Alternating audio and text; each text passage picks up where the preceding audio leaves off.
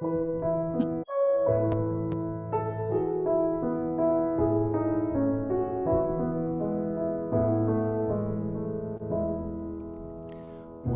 will sing a song of mercy, sing a song of justice, sing a song of praise to God.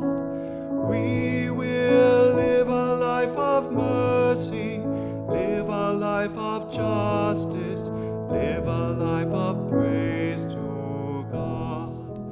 We will sing a song of mercy, sing a song of justice, sing a song of praise to God. We will live a life of mercy, live a life of justice, live a life of praise to God. We will sing a song of mercy, sing a song of justice, sing a song of praise to God. We will live a life of mercy, live a life of justice, live a life of praise to God.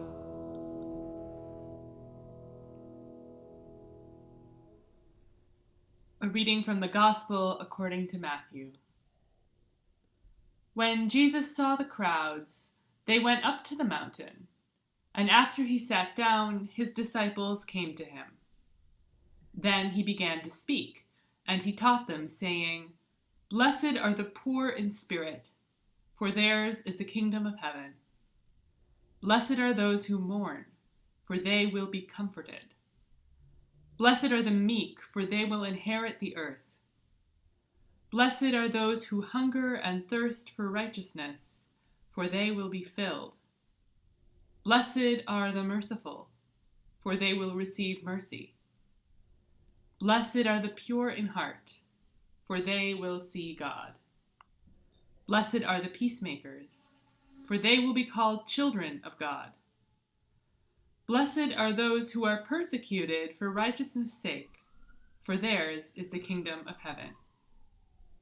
Blessed are you when people revile you and persecute you and utter all kinds of evil against you falsely on my account. Rejoice and be glad, for your reward is great in heaven. For in the same way they persecuted the prophets who were before you." Here ends the reading.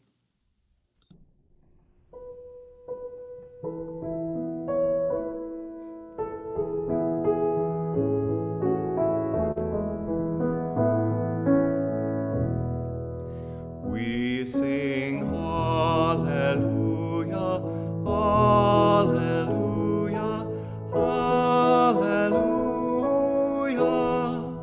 We sing hallelujah, hallelujah, hallelujah.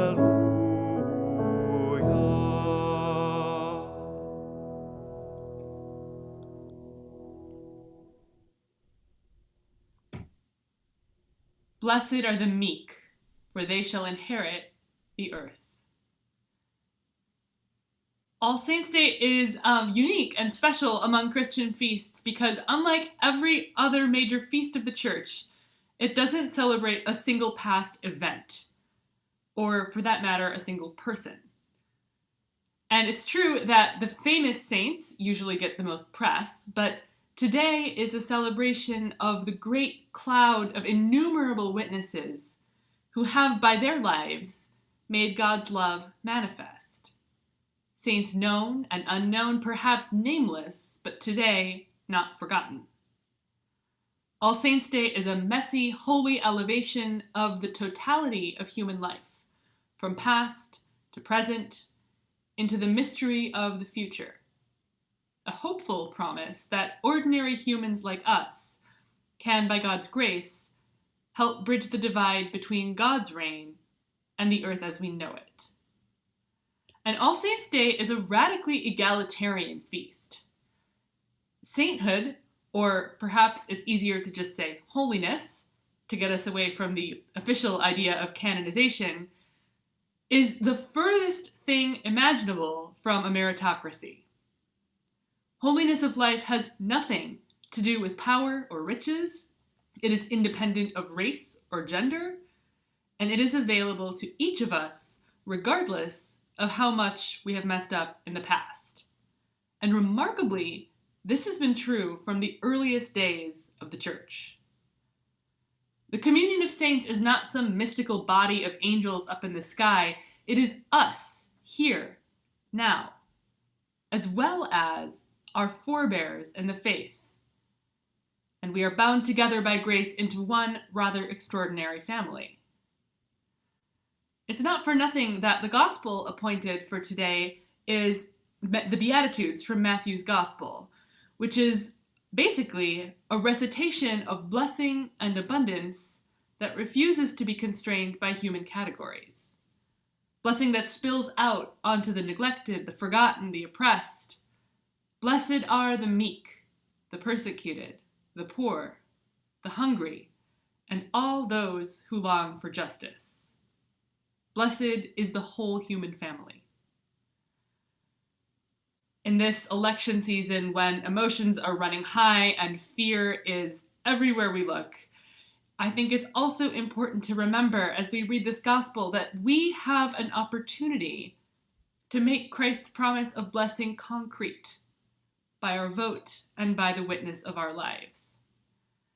And to give just one example of the many ways this is possible, Proposition 17 in the state of California, if approved, would restore the right to vote to offenders who have been released from prison and are on parole.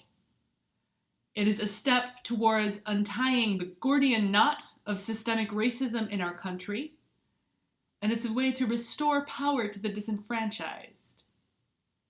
It's a step towards dismantling the legacy of violence that disproportionately affects Black, Indigenous people of color, and laying the foundation for a just society. It is a way, in short, to live into this promise of the Beatitudes. A step towards restoring the rightful inheritance of all human beings. In our broken criminal justice system, punishment is too often inherited. The prison industrial complex unjustly affects not just those who are incarcerated, but their families, their children, and communities for generations and generations. And restoring the right to vote, the rightful heritage of all citizens of this country, is a way to make Christ's love concrete.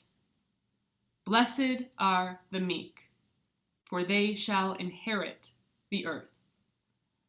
Blessed are the merciful, for they will receive mercy. So on this All Saints' Day, as we direct the gaze of our hearts to the great cloud of witnesses that precedes and surrounds and goes after us, we also remember what it is that we inherit from our spiritual forebears, what it is that we are called to make manifest in the world. Their strength, their patience, their perseverance, mercy, and a fiery hunger for justice that does not rest. So in these days when hope is not always an obvious choice, the saints are here just in time to remind us that God is always at work, blessing and healing and restoring and renewing, even when we do not see it. So as we head into this week, may we draw upon the strength of those who have gone before us to birth God's vision for this broken and beautiful world into being. Amen.